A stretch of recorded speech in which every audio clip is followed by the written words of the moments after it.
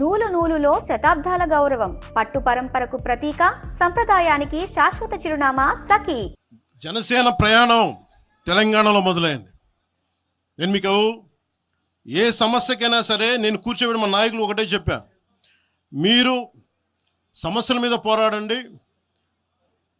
నాకు బాగా ఇబ్బంది కలిగించే అంశం ఈ మధ్యన పదే పదే చూస్తూ ఉన్నాను. మాట్లాడితే ఆంధ్ర ఆంధ్ర ఆంధ్ర అని చెప్తా ఉన్నారు. తెలంగాణ ప్రజలకి ఆంధ్ర మీద విద్వేషం లేదు, తెలంగాణ నాయకులందరికీ విద్వేషం లేదు. తెలంగాణ ఏర్పాటు కావాలని కోరుకున్నారు, కానీ ఆంధ్ర ప్రజల మీద ఎక్కడా విద్వేషం చూపించలేదు.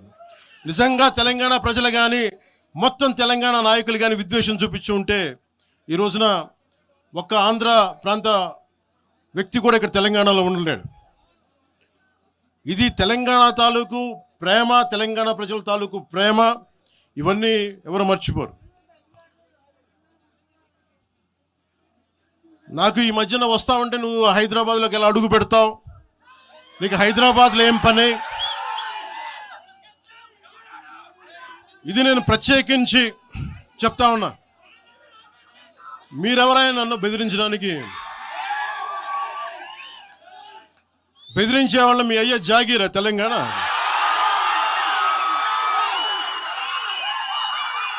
నా మీద దాడులు చేస్తా ఉంటున్నారు కదా. నాకు తెలంగాణలో బెదిరింపుల కంటే కూడా ఆంధ్రాలో బెదిరింపులు ఎక్కువ. నాకు తెలంగాణలో ఇంకా రానివ్వమంటారు నన్ను, ఆంధ్రాలో అయితే తల తీసేయనంటారు కోనసీమలో కొంతమంది. నేను ఓడిపోయినప్పుడు 2019లో ఓడిపోయినప్పుడు మన తెలంగాణ నాయకులు ఒకరే చెప్పారు, అన్నా మా తెలంగాణలో ఉంటే నీకు పరిస్థితి రానిచ్చేవాళ్ళం కాదని చెప్పి. నాకు నిజంగా తెలంగాణ అద్భుతంగా ఉండాలి, యువతకు అద్భుతమైన అవకాశాలు రావాలని కోరుకుంటాను తప్ప నాకు ఇక్కడ కొత్తగా బావుకునేది లేదు, ఏమీ లేదు. బెదిరించే వాళ్ళందరికీ ఒకటే చెప్తున్నా, నా ఇంటి ముందు ఎందుకు పెట్టారంటే ఎవరన్నా దాడి చేయాలంటే సంతోషంగా దాడి, ఇదే నా ఇంటి అడ్రస్, అది మీకు తెలియదు. నాకు అలాంటి భయాలు లేవు. నాకు బాంఛన్ కాల్మొక్త, బాంఛన్ సారు కాల్మొక్త అనే ఉద్దేశం ఉంటే పార్టీ ఎందుకు పెడతామా? అంత భయపడేవాళ్ళంతా పార్టీ పెడతామా? మీ ఇష్టానికి మాట్లాడితే మేము భయపడాలా? ఏ రోజున ఒక్క మాట మీకు కేసీఆర్ గారి గురించి కానీ ఇన్ని సంవత్సరాల్లో 12 సంవత్సరాల్లో ఒక్క తెలంగాణ నాయకుడిని ప్రభుత్వం ఏర్పాటు చేసినప్పటి నుంచి ఈ రోజు దాకా ఒక మాటంలా. ఇంకా మా వాళ్ళు తిడతా ఉండేవాళ్ళు, నువ్వు మెత్తబడిపోయి ఏం మాట్లాడలేదని. అడగండి ఒకసారి, అందరిని పేరు పేరున ఒక్కొక్కరిని అడగండి. నీకు పౌరుషం చచ్చిపోయిందా? పౌరుషం చావలా, తెలంగాణ మీద ప్రేమ చావలా. అది తప్పుగా అర్థం చేసుకుంటారు. మీరు అర్థం చేసుకుని నేనేం మాట్లాడను ప్రస్తుతానికి అని చెప్తా. ప్రజలు కోరుకున్నప్పుడు నేను మాట్లాడతా. ఎంత కమిటెడ్గా ఉన్నాను తెలంగాణ కంటే, జనసేన మా వాళ్ళందరూ ఎదురు చూస్తున్నారు తెలంగాణలో జనసేన ఎదగాలని.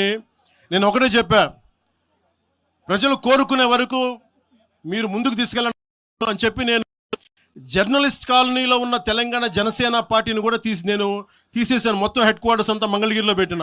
నాకు అంత కమిట్మెంట్ తెలంగాణ మీద.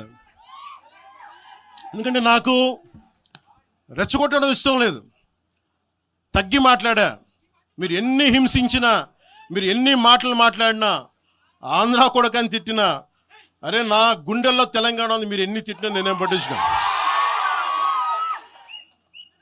వైసీపీ నాయకులు, క్రిమినల్ గ్యాంగ్స్ చాలాసార్లు నాకు బెదిరింపులు ఇచ్చినాయి.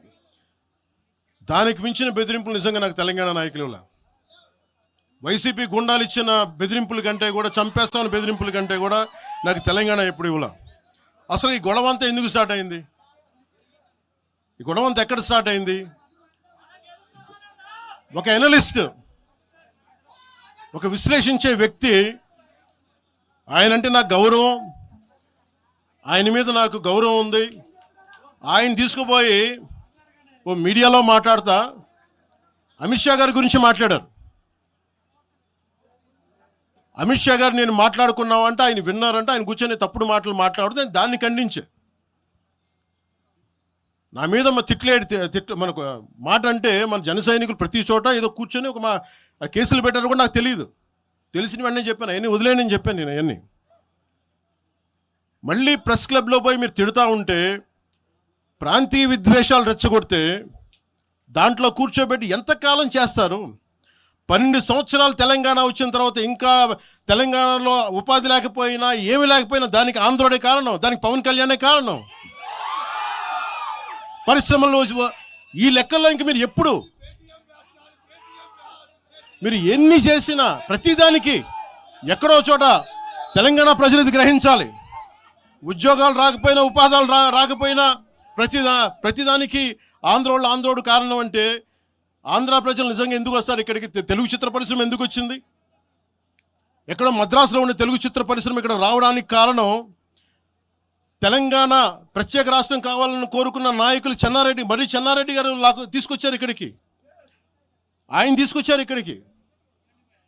50 సంవత్సరాలు కలిసి ఉన్న రాజధాని ఇక్కడ సడన్గా పోయి మీరు ఇక్కడ రాకూడదు అని కొంతమంది నాయకులు, తెలంగాణ ప్రజలు వేరు. నేను మొదటి రోజు నుంచి చెప్తా ఉన్నా, పాలకులు వేరు, ప్రజలు వేరు.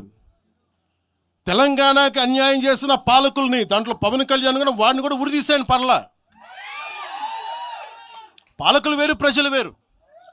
మీరు పాలకులను తిట్టుకున్న ప్రజలను తిడితే, విద్వేషాలు రెచ్చగొడితే ఈ దేశం ఎటుపోద్ది? సూరత్లో తెలుగు ప్రజలు ఉన్నారు.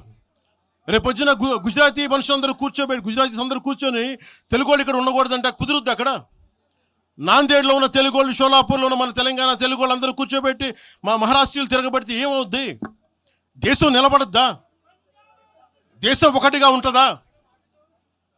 ఎంతకాలం తిడతారు? ఎంతకాలం? నేను అమిత్ షా గారిని అన్నారని చెప్పి నేను మాట్లాడగానే కూర్చోబెట్టి ఒక్కళ్ళు దానికి చిలవలు పలవలు చేసి నాకు తెలంగాణ అంటే పడదు, నాకు వీళ్ళంటే పడదు, వాళ్ళంటే పడదు. ఇన్ని సంవత్సరాలు 12 years